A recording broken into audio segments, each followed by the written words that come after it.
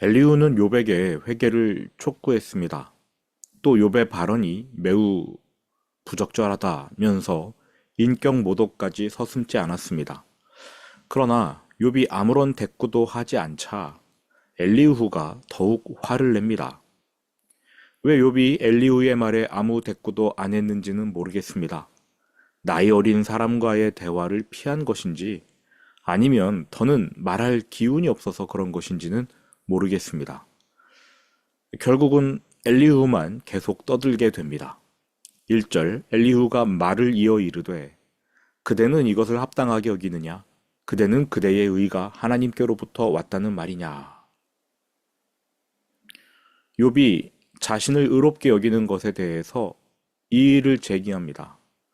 너는 너 스스로가 의롭다고 여기는데 그게 합당하다고 생각하느냐?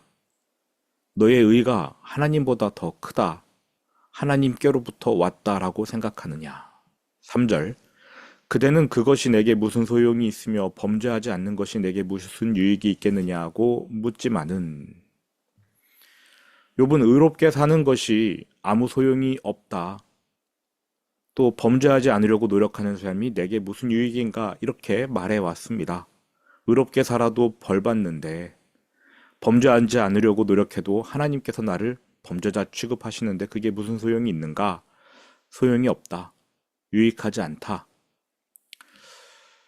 엘리후는 이런 욥의 발언이 합당하지 않다고 생각합니다. 그래서 답합니다. 그러니까 아무도 요구하지 않았는데 이제 본인이 스스로 답을 하는 거지요.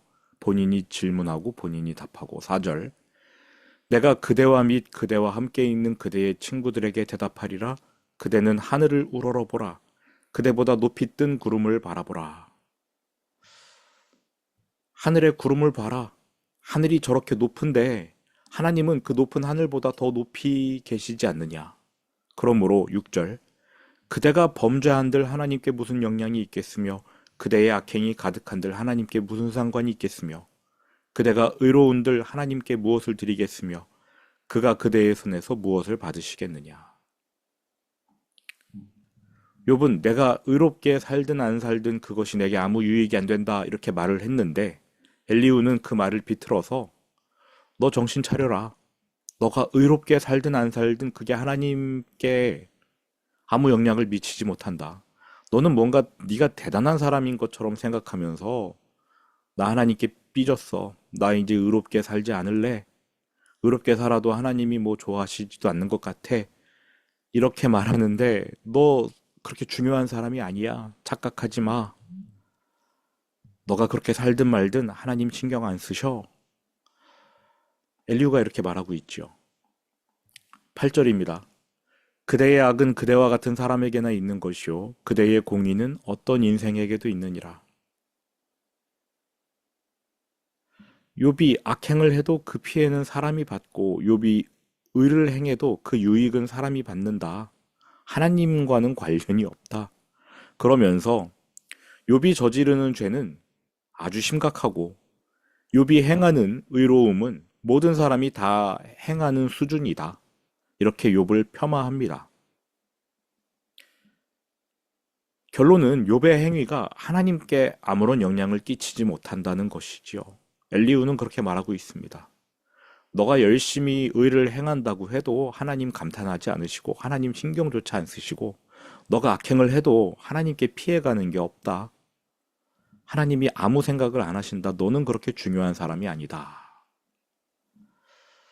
엘리후의 이 발언은 하나님의 마음을 아프게 합니다. 하나님의 어떤 높으신 성품을 이야기하는 것처럼 저 아래에 있는 하나님이 보시기에 저 아래에 있는 인간들의 행위가 하나님께 아무런 영향을 끼치지 못한다. 물론 하나님은 전능하시고 높이 계시는 건 맞지만 우리의 행위에 대해서 마음 아파하시는 분, 또 우리가 하나님을 위해서 어떤 작은 일을 할 때 기뻐하시는 분이거든요. 엘리후가 하나님을 어떤 굉장히 높이 계시는 존재로 여긴 것은 잘한 일일 같은데 우리가 믿는 하나님은 우리와 관여하시고 우리에게 개입하시고 우리를 궁금해 하시는 그러한 하나님이시거든요. 욥은 이러한 엘리후의 답을 듣고 싶어 하지 않았을 겁니다. 설령 욥이 답을 원했다고 해도 이 엘리후의 답은 틀렸습니다. 욥은 답이 틀렸습니다. 엘리후가 이렇게 말한 까닭은 욥이 조금도 불쌍하게 느껴지지 않아서겠지요. 너 중요한 사람이 아니야. 하나님은 너 같은 사람 신경 쓰지 않으셔. 9절입니다.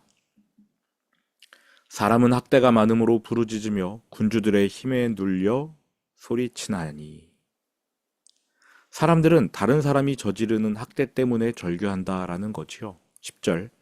나를 지으신 하나님은 어디 계시냐고 하며 밤에 노래를 주시는 자가 어디 계시냐고 말하는 자가 없구나. 학대를 당하는 사람들은 구원자 하나님께 돌아가는 법이 없다. 세상 살아가는 이 삶 속에서 힘들어도 하나님께 나아가는 사람은 없다. 11절.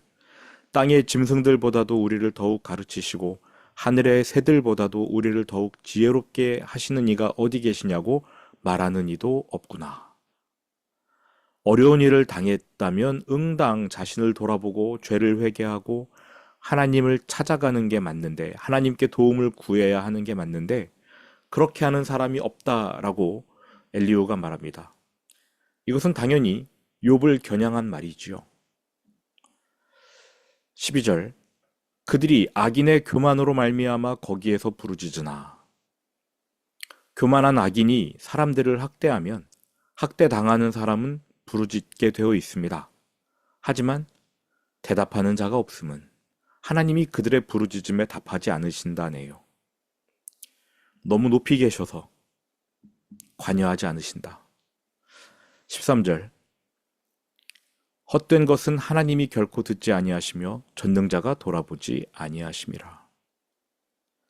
학대를 하는 사람도 악한데 학대를 받는 사람도 악하기 때문에 하나님이 학대 당하는 자들의 부르짖음을 헛되게 여기신다, 돌보지 않으신다.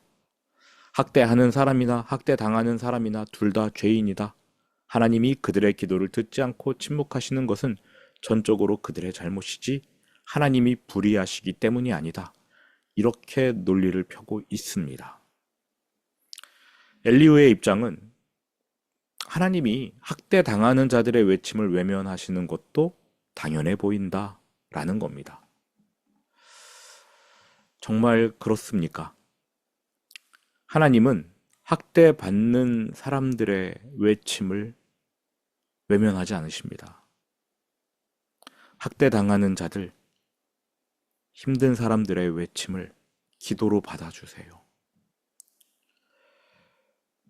지금 엘리후나 욥의 세 친구는 다 똑같은 소리를 반복합니다.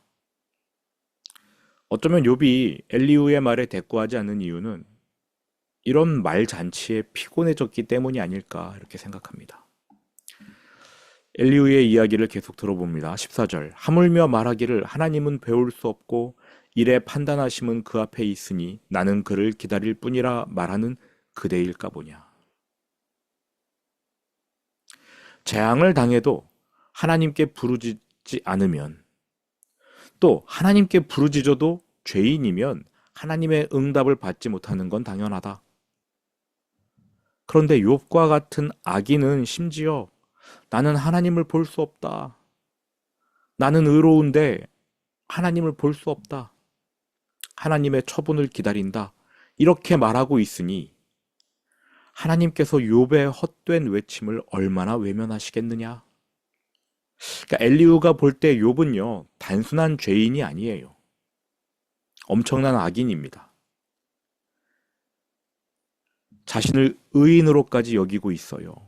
엘리후가 볼 때 욥은 악인이면서 자신을 의인으로 여기는 사람입니다. 그러니 하나님께서 그의 외침을 당연히 경멸하신다. 이렇게 말하고 있는 거죠. 14절이 그러한 내용입니다. 그 앞에 악인이 학대하고 학대를 당하고 이런 이야기는 욥을 비난하기 위해서 밑자락을 깐 겁니다. 하나님은 악인의 외침 듣지 않으신다.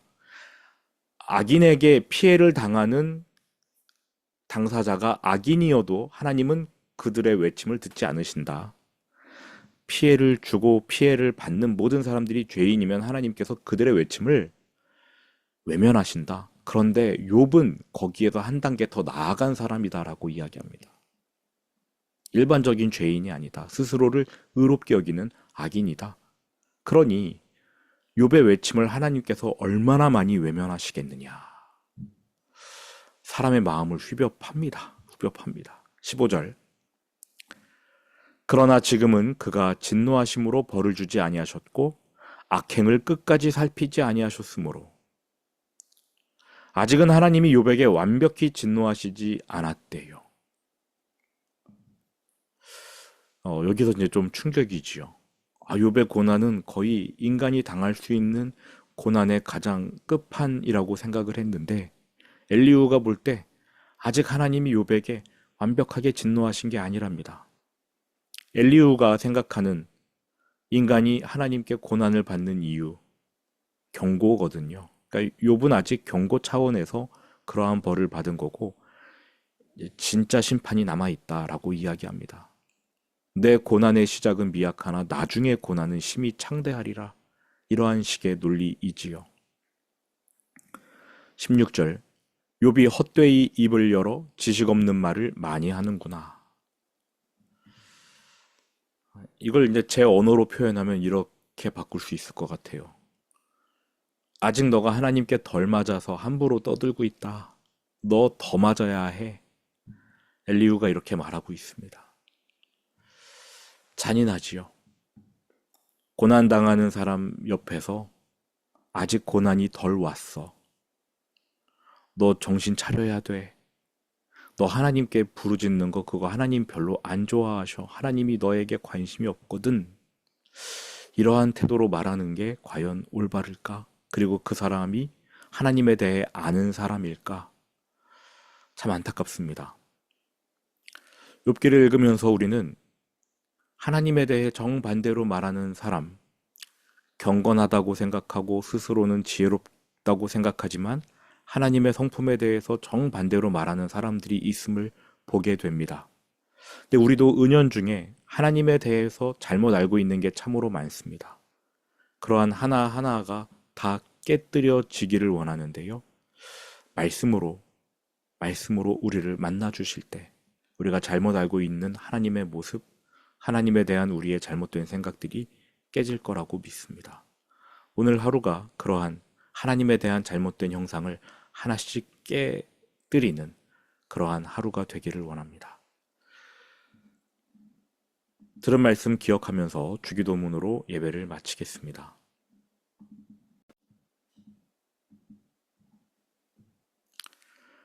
하늘에 계신 우리 아버지, 아버지의 이름을 거룩하게 하시며 아버지의 나라가 오게 하시며 아버지의 뜻이 하늘에서와 같이 땅에서도 이루어지게 하소서. 오늘 우리에게 일용할 양식을 주시고 우리가 우리에게 잘못한 사람을 용서하여 준 것 같이 우리 죄를 용서하여 주시고 우리를 시험에 빠지지 않게 하시고 악에서 구하소서. 나라와 권능과 영광이 영원히 아버지의 것입니다. 아멘.